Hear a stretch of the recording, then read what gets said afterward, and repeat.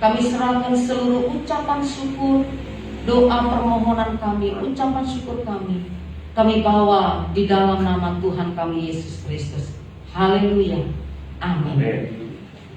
Shalom Bapak Ibu yang dikasihi oleh Tuhan. Kita bersyukur pada pagi hari ini kita selalu diberikan kesempatan oleh Tuhan. Selalu dilayakkan oleh Tuhan untuk kita bisa menikmati persekutuan yang indah pada pagi hari ini. Bapak Ibu yang dikasihi oleh Tuhan, kita akan bersama-sama belajar firman Tuhan pada pagi hari ini yang terambil di dalam Ratapan pasal 3. Ratapan pasal 3 ayatnya yang ke-21 sampai ayatnya yang ke-24. Ratapan pasalnya yang ketiga ayat 21 sampai ayatnya yang ke-24. Ini yang saya pilih ya, tapi saya akan mengupas nanti sampai ayatnya yang terakhir. Tapi kita akan membaca bersama-sama. Kalau sudah mendapatkannya, mari kita baca bersama-sama. 1, 2, 3. Tetapi hal-hal inilah yang kuperhatikan, oleh sebab itu aku akan berharap. Tak berkesudahan kasih setia Tuhan, tak habis-habisnya rahmat-Nya. Selalu baru tiap pagi, besar kesetiaan-Mu, Tuhan adalah bagianku, kata jiwaku. Oleh itu aku berharap pada Jina Tuhan. Maknanya saya katakan, dan saya mengambil satu tema pada pagi hari ini adalah harapanku adalah Tuhan. Harapanku adalah Tuhan. Bapak Ibu yang dikasihi oleh Tuhan, seperti apa rasanya ya Bapak Ibu kalau kita hidup tanpa harapan ya? Bagaimana rasanya kalau kita hidup tanpa harapan? Bagi saya itu sesuatu yang sangat mengerikan kalau kita hidup tanpa harapan. Karena kita sudah tahu bagaimana kita hidup sebagai anak-anak Tuhan. Ya. Ketika kita hidup tanpa harapan, segala sesuatu yang kita lakukan itu menjadi sia-sia, Bapak Ibu. Yeremia adalah orang yang melihat sengsara bangsanya oleh karena murka Allah yang disebabkan karena dosa dan pelanggaran. Ya. Kita membaca itu di dalam pasal 3 ayatnya yang pertama.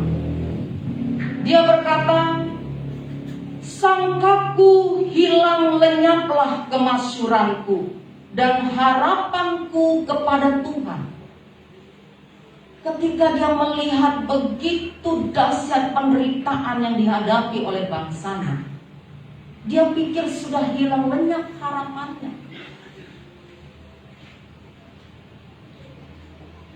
Bapak Ibu yang dikasihi oleh Tuhan, kita melihat di dalam ayat itu, kita baca di ayat yang ke-18 ya. Dan kita melihat Bapak Ibu bahwa kota Yerusalem sudah menjadi kota yang sunyi senyap karena ditinggalkan oleh penduduknya. Banyak orang-orang yang sudah mati karena peperangan, karena kelaparan yang begitu hebat yang dialami oleh orang-orang Yehuda. Apa yang selama ini mereka banggakan itu sudah menjadi hilang dan lenyap seketika. Bahwa segala kemegahan, segala keindahan, dan kota yang kokoh itu hanya tinggal puing-puing. Keruntuhan Yerusalem ini merupakan penderitaan yang tiada taranya, yang tidak pernah dipikirkan dan dibayangkan oleh orang-orang Yahudi. Sehingga setiap kali Yeremia mengingat keadaan dirinya dan keadaan bangsanya, ia selalu dirundung kesedihan. Sebabnya dia berkata di dalam ayatnya yang ke-20, Bapak Ibu, dia katakan demikian, jiwaku selalu teringat akan hal itu dan tertekan dalam diriku. Mengapa? Karena Yeremia terfokus pada masalah yang dialami oleh bangsanya, sehingga ia seakan-akan terbelenggu dengan kesedihan. Ia terbelenggu di dalam penderitaan itu, karena dia selalu mengingat akan apa yang terjadi atas bangsanya. Penderitaan Yeremia dan orang-orang Yahudi itu berlangsung selama 70 tahun. Itu dikatakan di dalam Yeremia pasalnya yang ke-25 ayatnya yang ke-11 dan Yeremia pasalnya yang ke-29 ayatnya yang ke-10. Di sana dikatakan, sesudah genap masa 70 tahun pembuangan di Babel, barulah Tuhan akan memperhatikan mereka.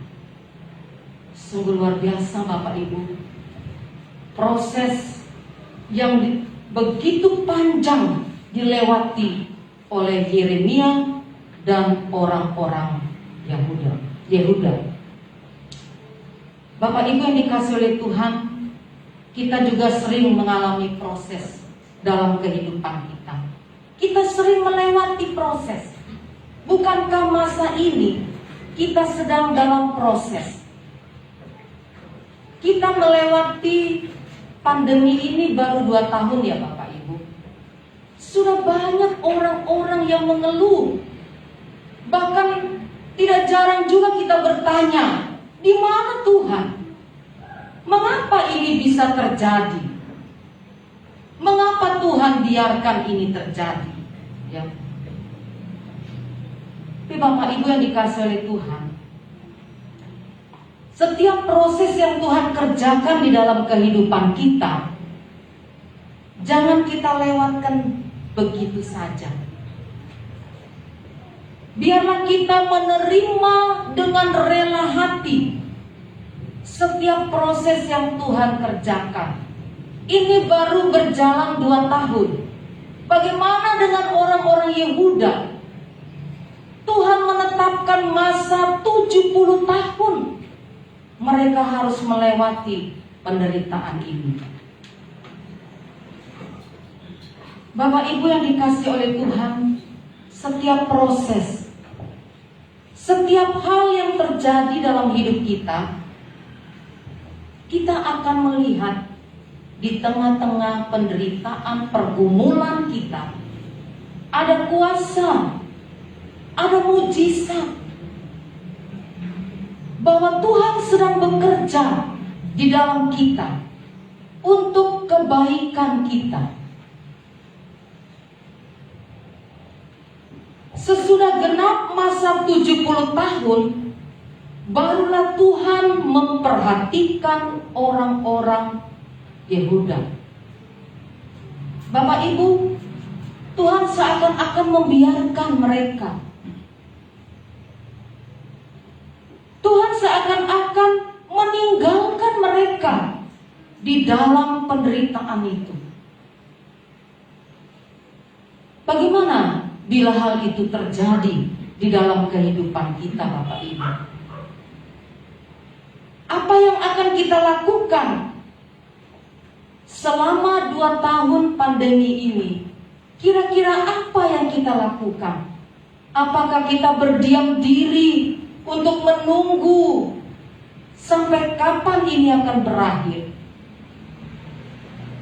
Ataukah kita hanya mengeluh, marah-marah, kecewa karena kehidupan kita sudah berubah? Pekerjaan kita hilang, usaha kita sudah merosot, ya, kita mengeluh.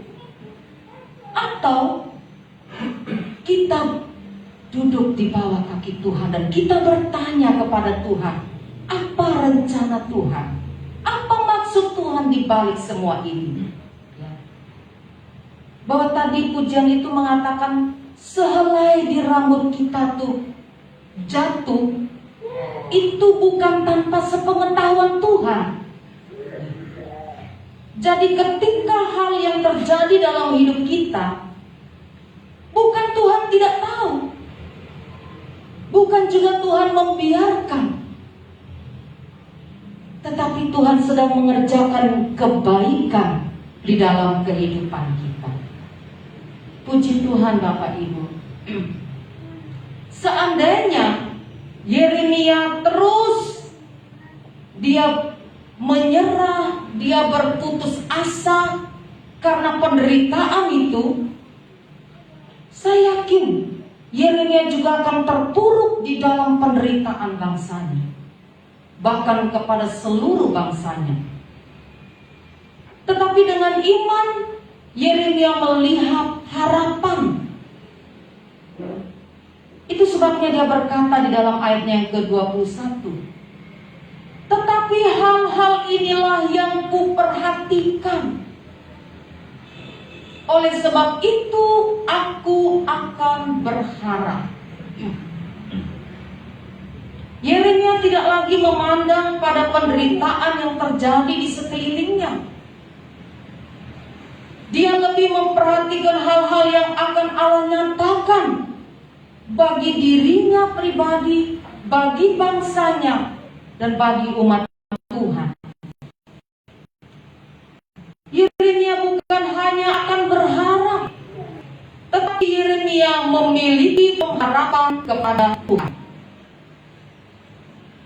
Apa yang menjadi dasar pengharapan Yeremia, Bapak Ibu? Kita lihat yang pertama, di ayatnya yang ke-22, di sana dikatakan bahwa tak berkesudahan kasih setia Allah. Tak berkesudahan kasih setia Tuhan di dalam kehidupan umatnya. Kendati pun Yeremia dan orang-orang Yehuda ada di dalam penderitaan yang begitu berat, tetapi Tuhan tidak meninggalkan mereka. Walaupun mereka merasa bahwa seakan-akan Tuhan membiarkan dan meninggalkan mereka. Di dalam terjemahan yang lain dikatakan, oleh karena kasih setia Tuhan, kami tidak habis. Berarti masih ada orang-orang yang tersisa.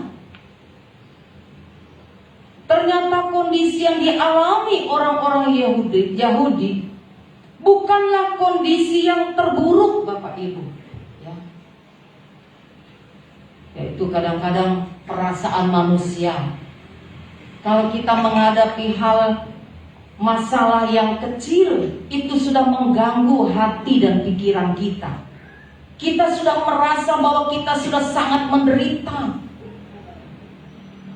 Kita sudah tidak tahu apa yang harus kita lakukan. Kita panik. Tetapi tidak demikian dengan apa yang Tuhan buat bagi kita. Bapak Ibu yang dikasihi Tuhan, Tuhan bisa saja menghukum bangsa ini secara lebih hebat dan memusnahkan mereka seluruhnya, dengan alasan bahwa memang bangsa ini terkenal dengan tegar tengkuk, pemberontak, dan orang yang tidak taat. Itu alasan Tuhan mengizinkan mereka menghadapi penderitaan. Dan Tuhan bisa saja memberikan perjanjiannya kepada bangsa lain, kalau Tuhan mau. Bapak, Ibu, dan Saudara, terlalu sering kita membandingkan keadaan kita sekarang dengan keadaan orang lain yang lebih baik. Mengapa saya ini begini terus? Mengapa orang lain keadaannya kok baik-baik saja? Kok dia semakin jaya? Kok dia semakin hebat? Ya. Kenapa saya seperti ini? Kenapa Tuhan membawa saya ke sini? Seandainya saya dulu tetap di sana, saya makan enak-enak, ya, menikmati kehidupan yang enak-enak. Mengapa Tuhan membawa saya ke sini hanya untuk menyerahkan nyawa?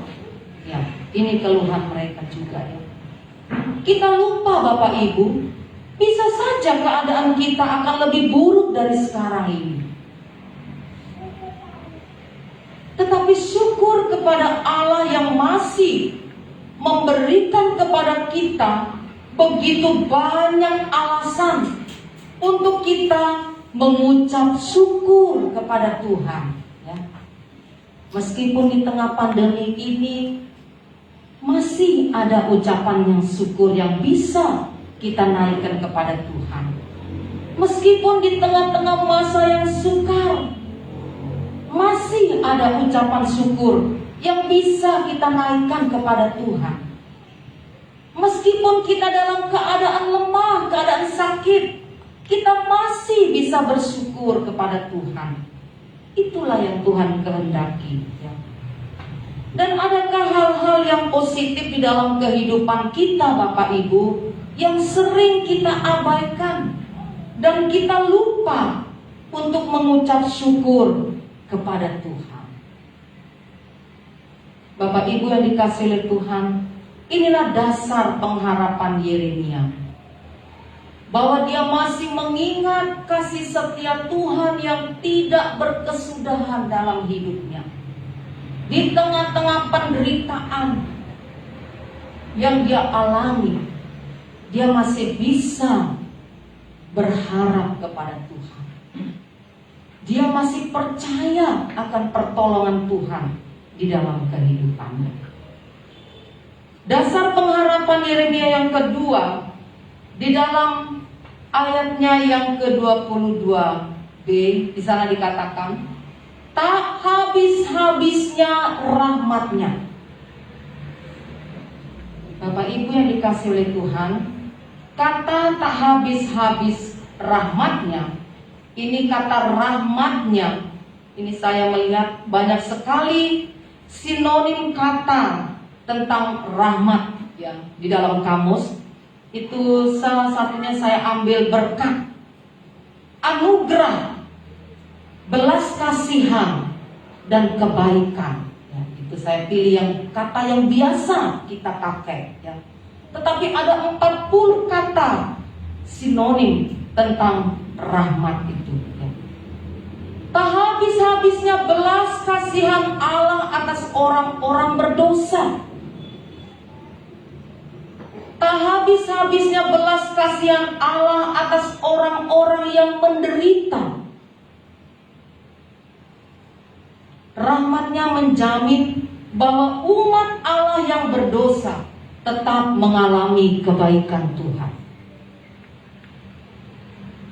Bagaimana caranya kita mengalami kebaikan Tuhan? Ketika orang yang berdosa itu sadar bahwa dia telah menyimpang dari jalan Tuhan, dia harus berbalik, bertobat, menyerahkan hidup kepada Tuhan. Maka kita akan tetap melihat kebaikannya. Kebaikan Tuhan itu tidak berubah dalam hidup kita. Tetapi kita yang sering berubah, Bapak Ibu. Ketika kondisi berubah, situasi berubah, hati pikiran kita juga bisa berubah. Tetapi Tuhan tetap pada kebaikannya. Tuhan tetap mengasihi kita. Tuhan tetap peduli kepada keadaan kita. Asal kita mau datang dan mengangkat hati kita kepada Tuhan. Kesetiaan Allah adalah sauh yang kuat dan aman, ya, untuk menyandarkan hidup kita yang terus-menerus bergoncang karena badai kehidupan ini.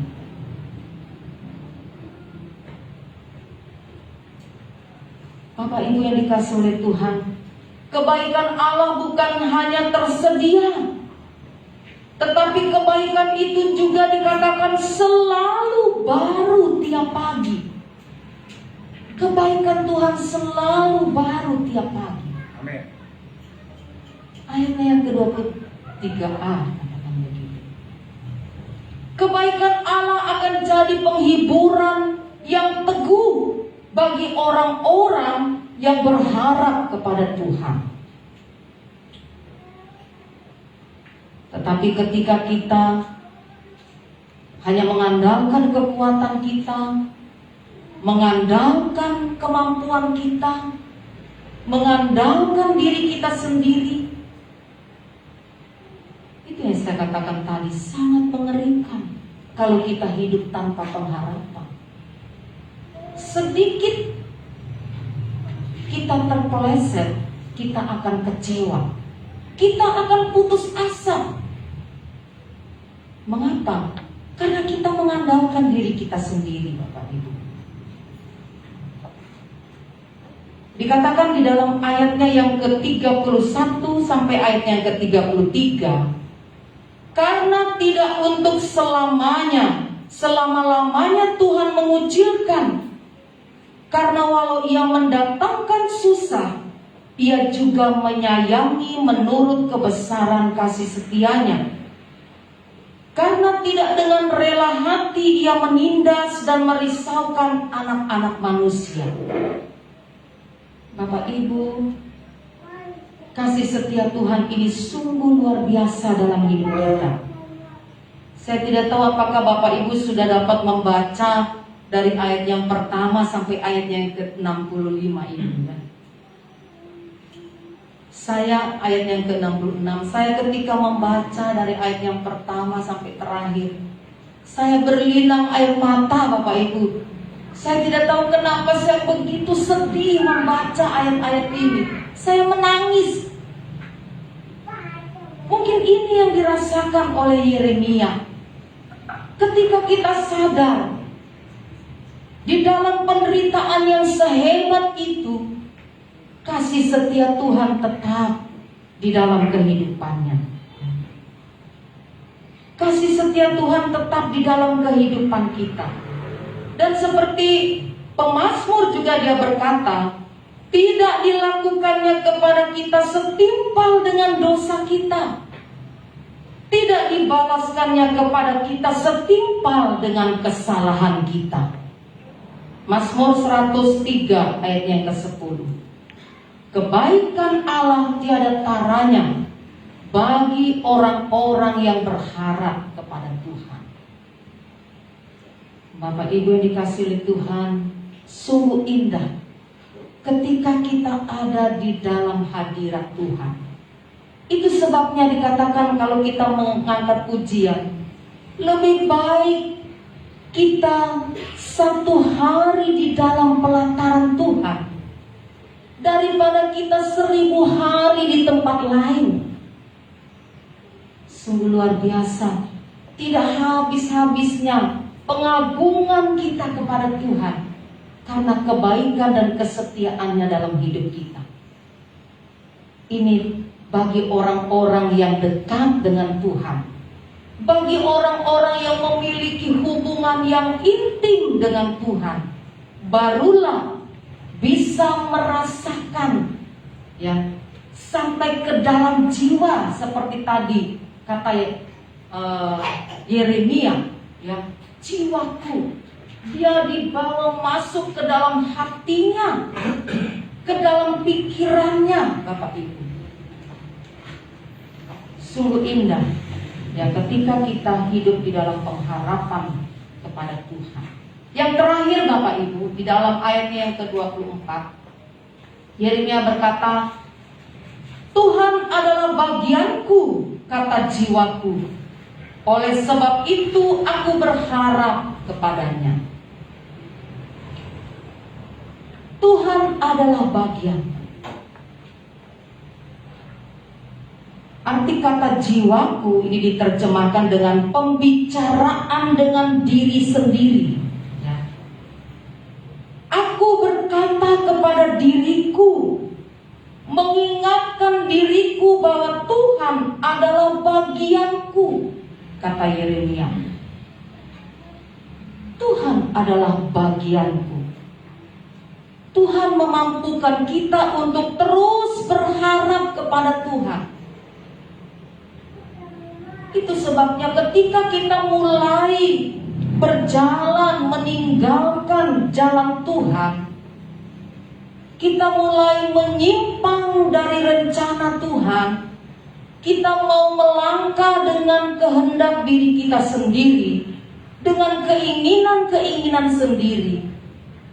Mengapa kita sering terbentur dengan persoalan, dengan halangan dan rintangan dalam hidup kita? Itu karena semata-mata Tuhan ingin membawa kita kembali kepada jalannya, supaya kita berjalan di dalam rencananya, mengerti kehendak Tuhan di dalam hidup kita. Jika kita berbicara tentang bagian, ya, kata Yeremia, Tuhan adalah bagianku. Ya. Pasti di dalam pikiran kita yang muncul adalah pembagian hak milik, pembagian harta, warisan. Itu dikatakan di dalam Bilangan pasalnya yang ke-26 ayatnya yang ke-53. Pembagian kepada suku-suku menjadi milik pusaka menurut nama. Ya. Kalau kita bicara tentang bagian, Amsal 16 ayat 19 dikatakan di situ, lebih baik merendahkan diri daripada membagi rampasan dengan orang congkak. Ya. Karena kalau kita bicara tentang pembagian, pasti ada pembagian harta golong gini. Ketika Yeremia berkata bahwa Tuhan adalah bagianku, yang dia maksudkan adalah dia sedang membedakan pemberian Tuhan, berkat Tuhan dengan Tuhan itu sendiri. Itu dia bedakan. Bagi Yeremia yang terpenting adalah Tuhan itu sendiri. Tuhan adalah bagianku. Bapak Ibu yang dikasihi oleh Tuhan, karena Yeremia menyadari bahwa pemberian Tuhan itu bersifat sementara. Semua yang ada pada kita itu sementara. Bahkan tubuh kita ini juga tubuh sementara. Jangan kita terlalu fokus kepada tubuh kita, Bapak Ibu. Jangan kita terlalu asik dengan mengurus tubuh kita ini harus bagaimana.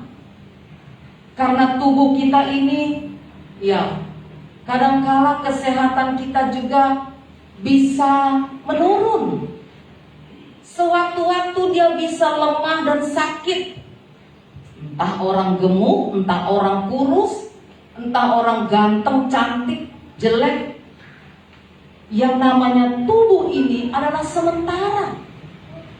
Sewaktu-waktu dia bisa lemah, dia bisa sakit.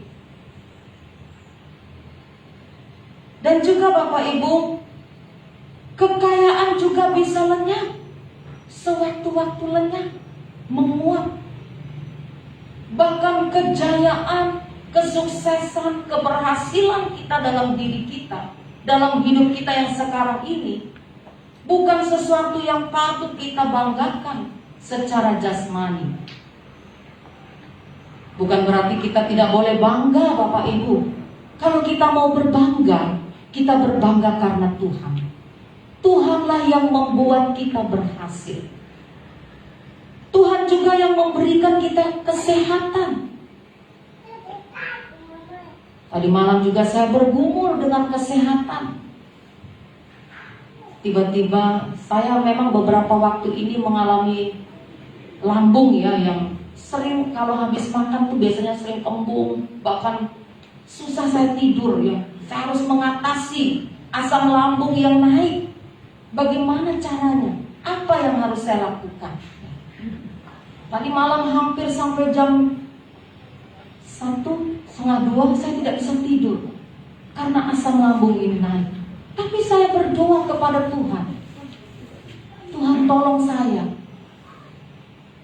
jamah saya sudah minum obat, tapi masih ada bagian Tuhan yang harus Tuhan kerjakan. Ya, bagian saya cuma minum obat saja, sudah selesai. Ya. Tanpa saya sadar, saya tertidur jam berapa saya tidak tahu ya. Yang tahu saya bangun sudah jam 3:30. Saya mau tidur 1 jam, 2 jam, tetap saya bangun itu 3:30 atau jam 4 ya. Dan saya bangun, sudah saya pulih kembali, saya segar kembali ya. Begitu Bapak Ibu yang dikasihi oleh Tuhan. Kita bersyukur bahwa semua itu akan hilang lenyap, sebab bersifat fana ya. Bersifat sementara. Jadi kita bangga kepada Tuhan, karena Tuhan yang memberikan kepada kita kekuatan, pemulihan, kesembuhan, memberikan kita damai dan sukacita. Sebab apa yang dipikirkan oleh Yeremia, hanya satu yang akan terus ada dalam kehidupan kita adalah Tuhan. Semua itu akan lenyap dari kehidupan kita. Yang tersisa adalah Tuhan.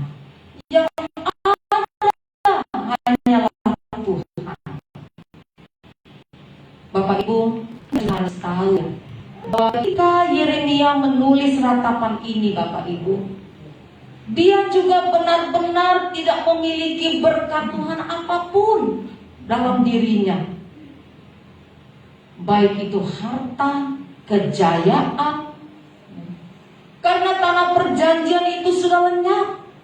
Yeremia katakan bahwa Yerusalem sudah rata menjadi tanah, sudah tinggal puing-puing, sudah lenyap.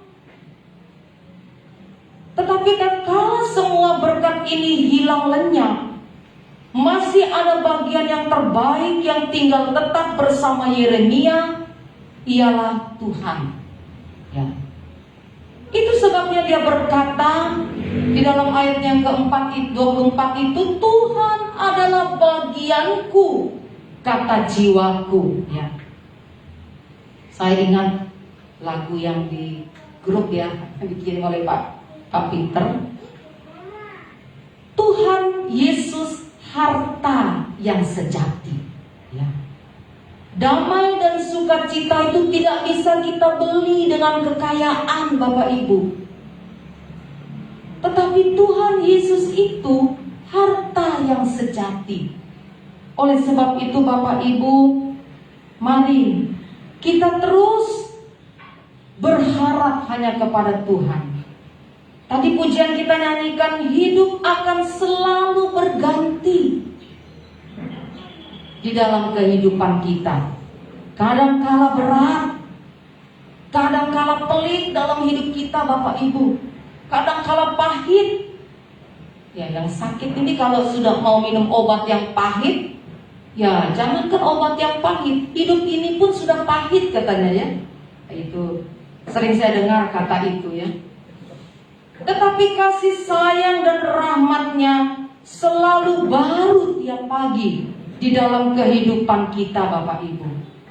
Jadi kita bersyukur, biarlah apa yang menjadi harapan bagi Yeremia di dalam kehidupannya, yang dia katakan bahwa tak berkesudahan kasih setia Tuhan, tak habis-habisnya rahmatnya, selalu baru tiap pagi.